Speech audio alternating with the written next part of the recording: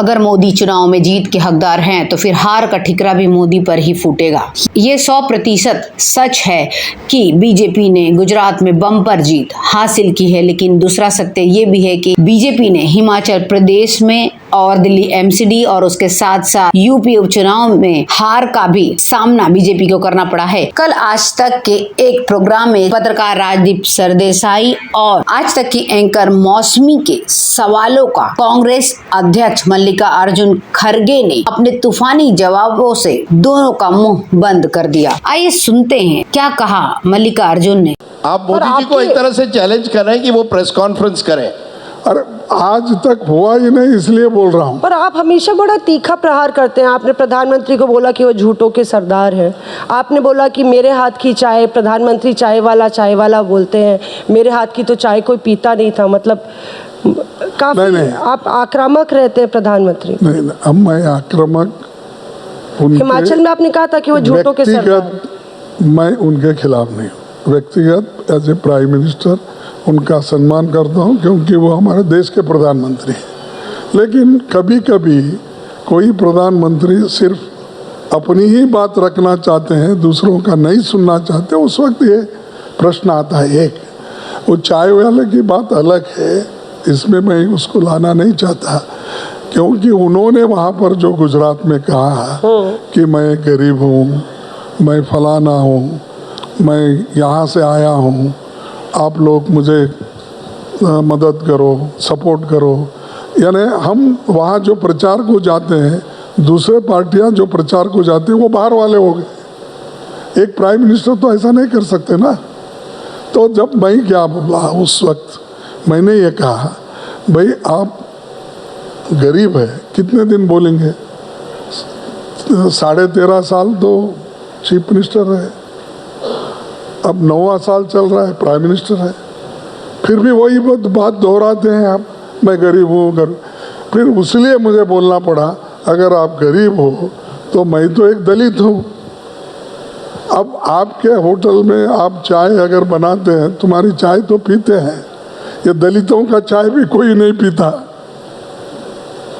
इसलिए मुझे ये कहना पड़ा, ना किसी को एक टीका करने के लिए नहीं, या टिप्पणी करने के लिए नहीं, या किसी को नीचा दिखाने के लिए नहीं।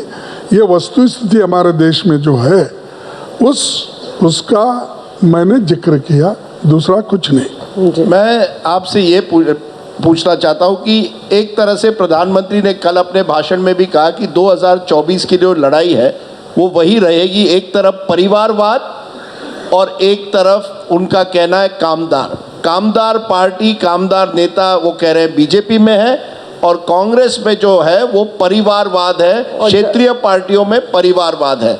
किस तरह से देखते हैं आप? क्या आप मानते हैं ये सबसे बड़ी एक तरह से चैलेंज आपके सामने है कि जनता में किस तरह से आप कन्विंस करेंगे कि कांग्रेस एक परिवारवाद की पार्टी नहीं है?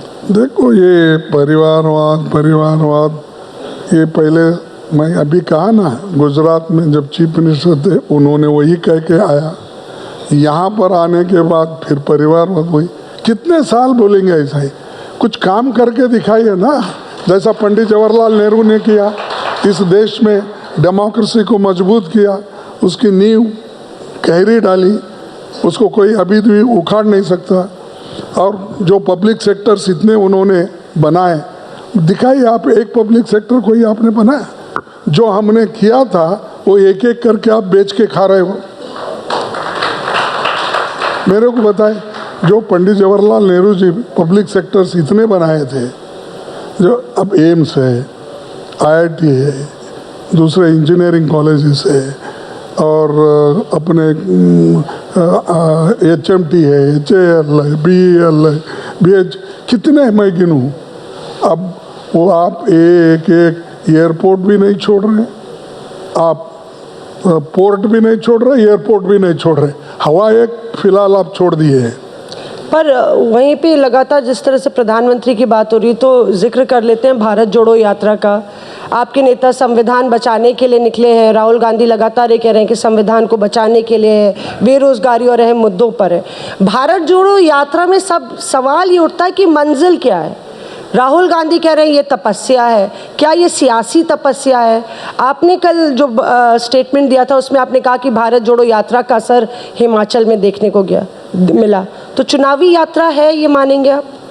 नहीं, ये देखिए तो वो जो भारत जोड़ो यात्रा कर रहे हैं, इस देश में जो नफरत फैलाया जा रहा है और इस देश में एक दूसरे को अलग करने की बात जो हो रही है और विथ वेंजेंस पॉलिटिक्स हो रहा है और माहौल जो खराब कर रहे हैं देश में, और इन्फ्लेशन है, अनएम्प्लॉयमेंट है, इन चीज़ों को लोगों में जागृति लाने के लिए उन्होंने कोशिश कर रहे हैं और उसी लिए एनजीओ जुड़ रहे हैं, लॉयर्स जुड़ रहे हैं, जर्नलिस्ट जुड़ रहे हैं, राइटर्स जुड़ रहे हैं, हर जो प्रोफेशन में है डॉक्टर जुड़ रहे हैं, वो सभी लोग उनके साथ चल रहे हैं। नहीं, वोटर कब जुड़ेंगे? सवाल ये उठता है कि आप ये भारत जोड़ो यात्रा करते हैं ऐसे समय जहां चुनाव होते हैं हिमाचल में और गुजरात में। ये यात्रा गुजरात से क्यों नहीं गई? गुजरात गांधी का राज्य है, पटेल का राज्य है। हिमाचल राहुल गांधी कैंपेन करने नहीं गए। तो ये सवाल उठता है, क्या ये यात्रा का जो मौसमी ने पूछा मकसद क्या है? ये कहना कि भारत जोड़ो ठीक है, लेकिन वोटरों को कब आप जोड़ोगे? वोटर देखिए पार्टी काम करती है और हर स्टेट में हमारी पार्टी क्या हर यूनिट है, डीसीसी है, पीसीसी है, ब्लॉक है, हर स्तर पर हमारा ऑर्गेनाइजेशन है। हमारे लोग पूरी कोशिश कर रहे हैं, मेहनत कर रहे हैं सब वोटर्स को जोड़ने का, और घर घर जाने का हमारा प्रोग्राम है, वो पूरा काम चल रहा है। लेकिन इस इलेक्शन से वो भारत जोड़ो यात्रा जो राहुल गांधी जी कर रहे हैं वो पॉलिटिकली इससे वास्ता नहीं है। वो सबको लेकर वो आगे चलना चाहते हैं, देश के युवाओं में, किसानों में, महिलाओं में एक जागृति लाने के लिए वो कोशिश कर रहे हैं। इसीलिए आप इसको पॉलिटिक्स से मत जोड़िए। जब गोदी मीडिया हर जगह मोदी मोदी लगा रही, फिर चाय वाला क्या और झोला वाला फकीर क्या, हर जगह हर बात नहीं की जाती। अगर आप देश चला रहे हैं तो आपकी जिम्मेदारी है कि आपको देश के लिए फर्ज को निभाना होगा।